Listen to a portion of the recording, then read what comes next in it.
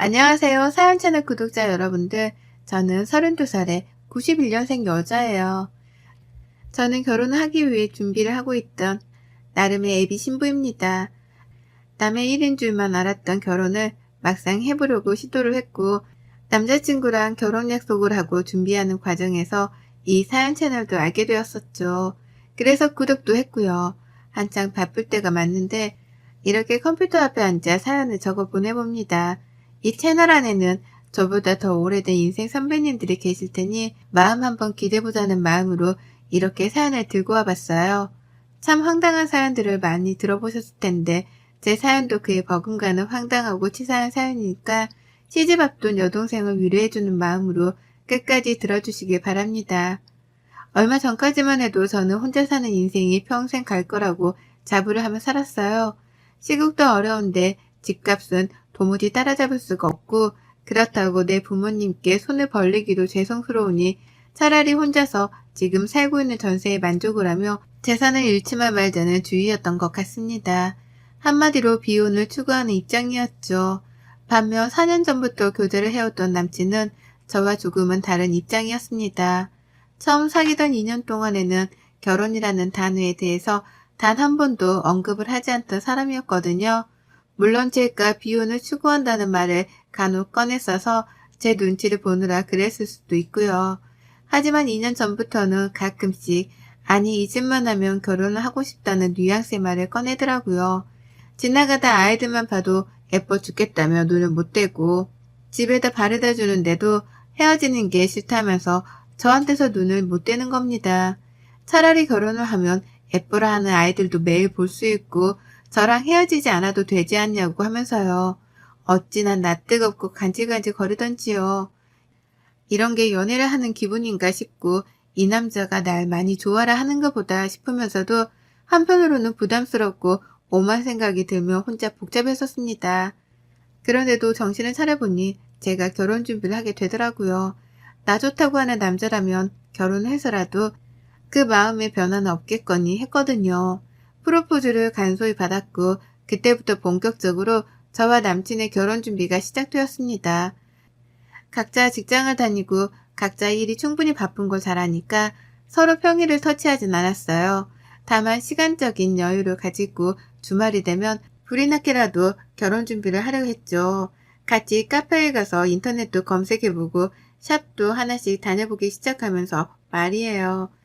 이왕 결혼이 이르지 못한 김에 서두를 건 없다 싶었답니다. 그렇게 두 사람의 뜻에 맞게 준비를 잘 하고 있었는데 참나 참 별거로도 트집을 잡고 싸움을 일으키는 게 시댁이더라고요. 저에게만큼은 쓰일 일이 없을 줄 알았던 그 시무라는 존재가 결혼을 코앞에 두면서는 점점 더 크게 다가오기 시작했답니다. 왜냐면 애비 시어머니가 며느리 군기를 잡겠다고 결혼 전부터 나대기 시작하셨거든요. 그것도 치사하게 먹는 거 가지고서 말이에요. 애비 시부모님은 한 달 전쯤에 처음 뵙게 되었답니다. 그 전에 더 일찍 만날 수도 있었는데 남친이 자꾸만 만남을 피하려고 하더라고요. 그런 느낌을 계속해서 받았어요. 결혼을 하게 되었으니 적어도 인사는 먼저 드리고 최소한 허락이라도 받아야 하는 게 아니냐고 물어보면 남친은 늘 상관없다고 말을 했죠. 부모님은 자신의 의사를 100% 존중을 해주시는 분들이고 이미 제 사진도 몇 번 보여줘서 제 얼굴도 알고 있다고 말이에요. 그래서 부모님을 만나는 건 충분히 나중에 해도 되는 일이라고 말입니다. 처음엔 그냥 그런 거보다 했어요. 내 얼굴도 알고 있다고 하고 남친의 의사를 존중해주는 분들이라고 하니 적어도 젊은 자식의 앞길에 죄를 뿌리지는 않는 신세대스러운 분들이겠지 싶었답니다. 저희 부모님이 약간 그런 쪽이었거든요. 저 하는 일을 말리지 않고 무조건 존중해주고 응원해주는 분들 맞이죠. 서로의 부모님이 비슷한 면이 많구나 싶어서 저로서는 오히려 더욱 호감이 갔었답니다. 그래서 남친이 하는 말대로 서두르지 않았어요. 나를 보고 싶어 한다면 예비 시부모님이 먼저 연락을 취해주시거나 필요할 때 남친이 약속을 잡아주겠거니 하면서 기다렸어요. 그러는 사이에 실제로 제가 회사 일이 바빠서 정신없이 일에만 몰두를 해야 했던 시기도 분명 있었고 그와 동시에 결혼 준비를 주말마다 해내보려고 하니 시간 자체가 너무 빠듯해서 예비 시부모님에 대한 생각은 까마득히 잊고 있었답니다. 그러는 중 남친이 한 달 전에야 예비 시부모님을 뵙자 말을 꺼내더라고요. 부모님이 저를 보고 싶어 하신다는 말이에요. 올 것이 왔다 싶었습니다. 그리고 한편으로는 너무 감사했어요. 나에게 관심이 없어서 보잔말을 안 하시는 건가 싶었는데 이제라도 보고 싶다 말씀을 해주셨다고 생각을 하니 긴장도 되었지만 설렘도 컸던 거죠. 열심히 잘 보일 준비를 했고 남친의 말에 따라 시어머니가 좋아하신다는 예쁜 꽃도 사갔고 시아버지랑 함께 나눠 드시라고 건강 홍삼 세트도 하나 사갔습니다. 이것도 제가 결혼을 먼저 한 회사 선배들한테 물어보고 또 물어봐서 정했던 선물이었어요. 제 나름 열심히 준비를 해간 선물 말이에요. 하지만 시작부터 그 선물 하나 때문에 저의 첫인상은 완전 개판이 되었답니다. 어머님이 꽃을 거들떠도 안 보시더라고요. 꽃을 들고 가는 그 순간부터 꽃에 한 5초 정도 진심을 다해 시선을 고정시키더니 제 손에 든 홍삼부터 집어서는 곧장 부엌으로 들어가시는 겁니다. 뒤따라 꽃을 들고 쫓아가면서 어디다가 놔둬야 하는 건지 슬쩍 물었는데 어머님은 에휴 쓸모있는 것도 많은데 왜 하필 꽃을 라고 대답을 하셨답니다. 정확히 이렇게요. 그 바람에 저는 눈치를 챘죠. 어머님이 꽃 말고 좀 더 돈이 되거나 먹을 수 있는 그런 것들을 바라시는 거구나 라고요. 하지만 어쩌겠어요. 이미 사온 꽃인걸요. 처음 보는 애비 며느리한테 그런 식으로밖에 말을 못하는 어머님이 살짝 밉기도 했지만 봐줬습니다. 처음이니까요. 둘 다 시어머니 대 며느리로 만나는 만남 자체가 처음이라 긴장을 했을 테니 그런 걸 대다 믿었습니다. 그리고는 꿋꿋이 버텼죠. 하지만 그날 저랑 어머님은 제대로 된 대화 자체가 되질 않았어요. 이미 어머님은 제가 마음에 안 드신다는 듯 눈도 잘 마주치지 않으셨고 급기야 제가 시아버님 도움으로 꽃병에 꽃을 꽂았는데 옆에서 절 잠깐 세워놓고 말씀하시더라고요. 너는 나이도 먹고 결혼하는 애가 시부모님 선물 사올 때 이거밖에 못 사오니? 나 같으면 홍삼 한 박스를 더 사온다거나 가방이라든지 말이야. 라고요. 그러면서 제 남친이 듣질 않게 바라시는지 목소리를 낮춰가면서 귓속말하듯 말하시는데 기분이 쎄하더라고요. 선물을 받았으면 그냥 고맙다고 하면 될 것을 왜 이리 불만이 많으신가 싶어 말이죠. 남친 말로는 참 열려있고 개방적인 어머님이신 줄 알았는데 이제 보니 두 얼굴을 쓴 이중인격의 시모이구나 싶어 멍했습니다. 참고로 저는 저희 엄마가 어릴 적부터 할머니 그리고 고모들한테 시집살이를 당하시는 걸 진짜 많이 보고 자랐거든요. 쥐뿔도 없는 집안인데 시댁 사람들이라는 이유만으로 며느리한테 갑질하면서 일을 시키고 뽑아먹을 걸 다 뽑아먹으려고 하는 그런 집안이었죠. 그걸 보면서 결혼이라는 생활 자체에 이골이 날 만큼 난 저였습니다. 내가 엄마랑 똑같이 당하고만 살 사람이 아니다라고 생각했던 적도 수없이 많았네요. 그런데 그런 저인데 제 앞에 우리 할머니스러운 예비 시모가 나타난 겁니다. 예상치도 못한 예비 시모의 성질머리를 눈앞에서 직접 당해내고 목격하며 그제서야 하나둘 이해가 갔죠. 왜 남친이 자기 부모를 만나는 일을 계속해서 미뤄왔었는지에 대해서요. 남친도 자기 엄마 성질을 잘 알고서는 겁이 나서 제게 소개를 늦게 시켜주려고 했던 겁니다. 방금 전까지는 내게 최고의 신랑이 되어줄 것만 같았던 남친이었는데요. 예비 시모를 겪고 나서 본 남친은 그 누구보다 최악의 남편감으로 전락해버렸어요. 하지만 여기서 끝이 아니었답니다. 다 같이 밥을 먹는데 찜닭이 나왔어요. 예비 시모 집에 가 먹는 손님상인데도 익숙하더라고요. 왜냐면 제가 만든 거나 다름이 없었거든요. 요리를 하는 내내 어머님이 손님 대접을 해주기는 개뿔 자꾸만 도우미 취급을 하며 부엌으로 불러내시는 바람에 제가 거의 만들었다고 해도 과언이 아니었습니다. 그렇게 찜닭을 만들어 왔고 다리 달린 상을 차려내서는 부엌에서 모여 앉아 먹는데요. 옆에서 남친이 말도 못할 정도로 당면을 튀겨가며 먹더라고요. 처음이었어요.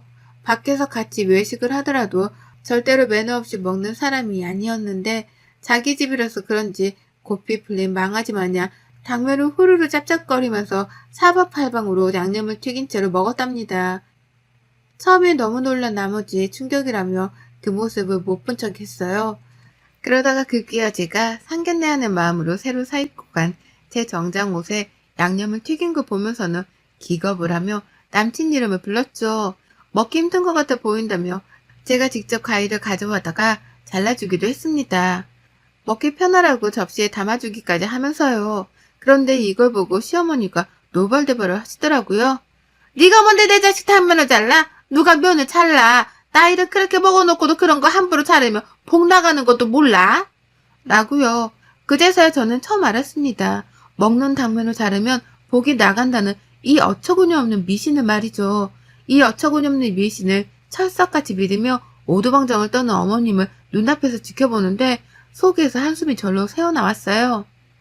이 결혼은 아예 안 되겠다는 마음이 아주 굳건하게 들어서기 시작했고 벌써부터 예약한 몇 업체들을 취소할 생각에 머리가 어질어질 거렸습니다. 그런데도 그런 제 마음을 아는지 모르는지 앞에서 어머님은 아유 이런 것도 모르고 여태 어떻게 살았나 몰라. 그러면 평생 면이라면 다 이렇게 끓여 먹을 거 아니야. 그럼 그때마다 복이란 복은 죄다 도망 나갔을 거 아니야. 라고 하며 끊임없는 잔소리를 퍼부으셨어요. 아예 잘 배우질 못한 무개념의 애비 며느리 취급까지 하시는데 저는 속으로 애국과 사절을 완성할 만큼 정신을 가다듬기 위해 몸부림을 쳤답니다. 밥을 다 먹고 난 후에도 정신머리가 돌아오질 않았어요. 남친은 그제서야 제 눈치가 하나둘 보이는지 괜찮냐는 말도 여러 번을 물어봤는데요. 그러면 또 어머님은 여기가 사자울이야? 다 큰 애한테 뭘 자꾸 괜찮냐고 물어. 라고 하시면서 성질을 부리시더라고요. 난감해지는 건 사이에 껴있던 저였죠. 그렇게 불편하고 가시방석과도 다름이 없는 집안에서 저는 한마디 대꾸도 하지 못한 채 집을 나왔습니다. 마지막에 가겠다며 인사를 하고 나오는데 어머님이 그러시더라고요. 그래 결혼식 내 보자. 라고요. 보통이면 상견례를 하는 자리에서 저희 부모님이랑 다 같이 보자는 말을 하잖아요. 그런데 어머님은 그 말을 잘라먹고 결혼식 전날까지는 저를 안 보고 싶다는 듯이 투명하게 그러셨답니다. 결혼식 날에서야 보자고요. 그 말을 같이 들은 남친도 그렇고 저도 그렇고 동시에 당황하며 눈이 마주쳤는데 전 남친하고 더는 눈을 오래도록 마주쳐 있지 못했답니다. 이미 만정이 다 떨어져 나간 후였거든요. 내가 이런 집안의 아들이랑 결혼한다고 생각하니 벌써 10년, 20년 후에 제 인생이 선명하게 그려지는 듯 했어요. 시어머니의 시집살이로 같이 싸우던지 삐지던지 아님 절연을 하든지 셋 중 하나일 것이 분명했습니다. 그리고 전 끝내 불편하게 해서 미안하다는 일말의 표정조차 지어주질 않는 어머님을 바로 한 달 후 저희 집에 초대했답니다.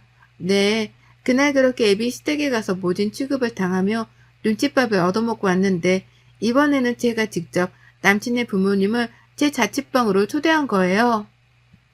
남친은 좋아했어요.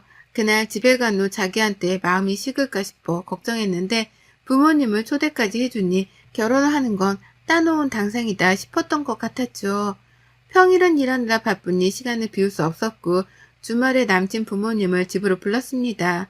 평일에 오겠다고 손님 주제에 시어머니가 고집을 부리시는 걸 겨우겨우 말리고 바꿔서 토요일에 약속을 잡았었네요. 다른 건 하나도 해놓지 않았어요. 소중한 주말인데 내 손모가지를 고생시켜 가면서 굳이 요리를 할 이유는 없었답니다. 그래서 최대한 간단하지만 제가 좋아하는 음식으로 준비를 했어요. 이름하여 비빔국수 말입니다. 야채를 넣고 싶은 거 넣은 것도 아니었습니다. 그냥 냉장고에 아예 있는 걸 꺼내 넣었죠. 양파, 당근, 사과가 있길래 얇게 썰어 대야에 넣고 야채가 있어야 하나 싶어서 베란다에서 조그맣게 키우고 있는 상추를 따다가 넣었네요. 그리고서는 계란을 삶고 면을 삶았습니다. 요리를 다 하고 나니까 30분이 채 걸리지도 않았어요. 그러는 사이 예비 시부모님은 남친을 따라 집에 들어왔고 어머님은 집안을 아주 그냥 제 집 마냥 샅샅이 뒤져보시더라고요. 베란다에 나가서는 제가 키우는 반려식물들을 보며 이런 건 다 공간 낭비인데 라고 잔소리까지 꺼내 드셨답니다. 봐도 적응 안 되는 성격을 가진 분이셨어요. 그런 어머님을 나몰라라 하며 저는 끝내 비빔국수 하나를 내어놨고 밥을 먹자는 제 말에 달려온 어머님은 기겁을 하며 저 노려보셨죠. 왜 꼴랑 이거밖에 준비를 안 했냐는 표정이었답니다. 물론 저는 그런 눈초리를 받는 걸 알면서도 신경조차 쓰질 않았네요. 신경 써봤자 제 정신건강에만 좋을 게 없었으니까요. 다 같이 후루룩 국수를 먹는데 어머님은 말씀이 없었어요. 아무리 생각해봐도 예비 며느리가 자신한테 고기 한 조각 들어가 있지 않는 비빔국수만 만들어줬다는 사실을 받아들이기 힘들어하시는 듯 보였습니다. 하지만 옆에서 그 속도 모른 채 맛있다면서 후루룩 먹어대는 아버님과 아들 모습에 속도 터지셨던 것 같아요. 그래서인지 먹다가 한숨을 쉬고 또 먹다가 한숨을 쉬고 반복해가면서 기분이 나빠했던 티를 아주 파악판대를 하셨죠. 그리고 저는 그런 시어머니의 머리 꼭대기 위에 올라가 있었습니다. 한숨을 쉬건 말건 신경도 안 쓰고 제 멋대로 막 국수를 말아먹었어요. 남친이랑은 평소처럼 대화도 나누려 했고요. 그러자 어머님은 그제서야 말씀을 꺼내셨는데요. 제 집에 대해서 물으시더라고요. 기분 나쁘려고 던지는 말인 것 마냥 말에는 가시가 박혀 있었고요. 너는 그래서 이 집이 천사라고? 언제 돈 모아서 집 살래 니들? 평수가 이게 넉넉할런지는 모르겠는데 결혼하면 그냥 딴 데 가서 살지 말고 여기서 쭉 살아라. 네가 살림은 다 가지고 있으니까 우리 아들은 몸만 들어와도 되겠네. 결혼이 뭐 대단한 것도 아닌데 여기서 조용히 시작해. 라고 말씀을 하며 이미 저랑 남친이 결혼을 하는 걸로 결론을 내리셨습니다. 나는 내 집에 남친을 들여서 살 생각이 하나도 없는데 어머님은 전셋집 하나 있는 며느리 덕분에 돈이 굳었다고 생각을 하신 건지 무조건적으로 이 집에서 신혼집을 차리게 할 작정이신 듯 했습니다. 당신 아들은 아무것도 들고 오지 않아도 되겠다는 말을 참 당연하다는 듯 뱉어내시더라고요. 형용할 수 없을 만큼의 화가 저를 가득 채우고 있는데 그러는 그때 어머님의 웃음 광경 하나가 포착이 되었어요. 어머님이 비빔국수를 자신의 이로 끊어서 드시더라고요. 너무 볼썽사납도록 딱딱 말이죠. 불과 한 달 전 처음 마주해서 어렵고 불편했던 애비 며느리한테 면을 잘라먹으려 한다고 잘 배우지 못했네 어쩌네 하며 그리 혼을 내시던 분이었는데요. 정작 자신도 먹기 불편하다는 이유로 그 면을 직접 잘라서 먹는 겁니다. 복나가게 말이죠. 그러니 제가 그 찰나의 순간을 놓치지 않으려 했죠. 이건 신이 주신 기회다 싶었으니까요. 그 꼴을 보자마자 뒤도 안 돌아보고 부엌으로 냅다 들어가 버렸습니다. 그리고는 한켠에 놓여져 있는 생면을 제 주먹 안에 양껏 쥐고서 나왔어요. 어머님은 국수를 먹다 말고 쟤가 왜 저래? 라는 말까지 하시면서 저를 뒤돌아 쫓아보셨고 그 주변을 따라 남친이랑 아버님까지도 저를 쳐다보시더라고요. 저는 그 모든 사람들의 시선을 한 몸에 받으면서 주먹에 쥔 생면을 시어머니 국수 그릇에다가 집어 넣었습니다. 어머님은 어쩔 줄 몰라 하며 당황해했죠. 나 더는 안 먹을 거야. 이걸 왜 나한테 줘? 라고 하면서 비빔양면이 하나도 비벼지지 않는 흰 생면을 보며 맛대가리 없는 음식이라도 마주한 것 마냥 표정을 일그러뜨리셨어요. 그런 어머니께 저는 바로 잔소리를 퍼부어댔죠. 아니 복 나가는 일이라고 사람을 그렇게 망신을 줘가면서 혼을 낼 때가 엊그제인데 어머님 지금 뭐 하시는 거예요? 왜 그 면을 잘라먹어요? 복 나가는 거 몰라요? 복 나가게 누가 면을 잘라먹으래요? 왜 잘라먹냐고요? 나보고는 잘라먹지 말라면서요. 라고 말이에요. 이런 제 말에 어머님은 그제서야 제가 한 행동을 이해라도 하신 건지 입을 쫙 벌린 채로 천장을 올려다 봤습니다. 옆에서 남친은 그러네 잘라먹었네 라면서 누구부터 말려야 하나 쌍방을 바라보며 두리번거렸고 저는 시어머니와의 눈싸움에서 지지 않으려고 일부러 더 씩씩대가며 화를 표현했어요. 어머님은 여전히 충격을 받으셨는지 전만큼이나 잔소리를 퍼붓지 못하셨습니다.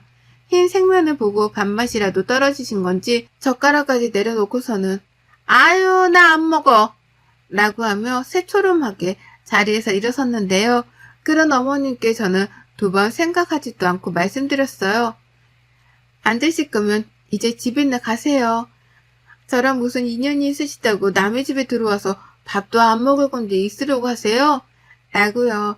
그 말에 이번에 남친까지 나서서 제가 너무하다며 절 말리라 하더라고요. 어머님도 시어머니 될 사람한테 말을 그따위로 하려 한다며 화를 내기 시작하셨고요. 하지만 이내 제가 뱉어낸 말에 모든 남친의 식구들은 입을 다물어 버렸답니다. 왜냐고요? 제가 그랬거든요. 이 결혼은 이미 한 달 전에 처음 뵈었을 때부터 깨졌다고요. 이런 시어머니를 둔 집안으로는 절대로 가족이 되어 들어갈 생각이 없으니 니들끼리 김칫국 마시지 말고 얼른 남의 집에서 나가 사라지라며 선전포고를 했답니다. 결혼 생각이 일도 없는 나를 앞에 두고 왜 니들끼리 예비 며느리 예비 시어머니 하면서 김칫국을 마시는 거냐고요.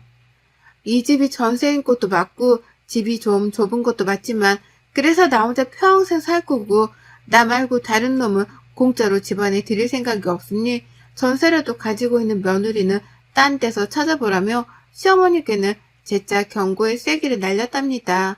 나한테 빌부터 아들놈을 결혼시킬 생각은 꿈에도 꾸지 말라는 뜻에서요. 그러니 어쩌나요? 어머님은 그 상황 자체가 너무 민망스럽고 자존심도 상하신 듯 보였어요. 혼자 막 알 수 없는 방언을 날리면서 아버님께 빨리 나가자고 호들갑을 떠시더니만 핸드백까지 놓고서는 바로 집을 나가버리셨답니다. 제 앞에서 망신당한 게 쪽팔려 정신없이 도망을 치셨던 거죠. 가장 뒤늦게까지 제 집에 남아있던 남친은 저한테까지 재차 묻더라고요. 정말 결혼을 안 하려고 하는 거냐고, 정말 이게 진심이냐고 말이죠. 왜 갑자기 밥을 먹다 이렇게 싸움이 커진 거냐고, 저번에 집에서 엄마한테 혼이 나서 그런 거냐고 말이에요.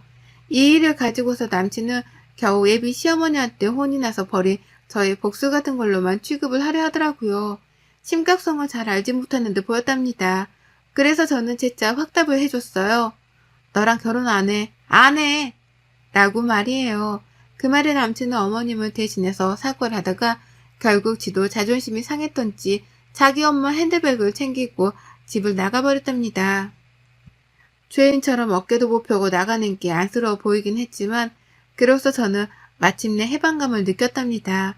잠깐 동안 결혼하겠다고 설레발을 치고 다녔던 것이 조금은 부끄러울 만큼 지금의 저는 다시금 혼자의 자유를 되찾고 지긋지긋했던 이 예비 시댁하고 손절을 쳤어요.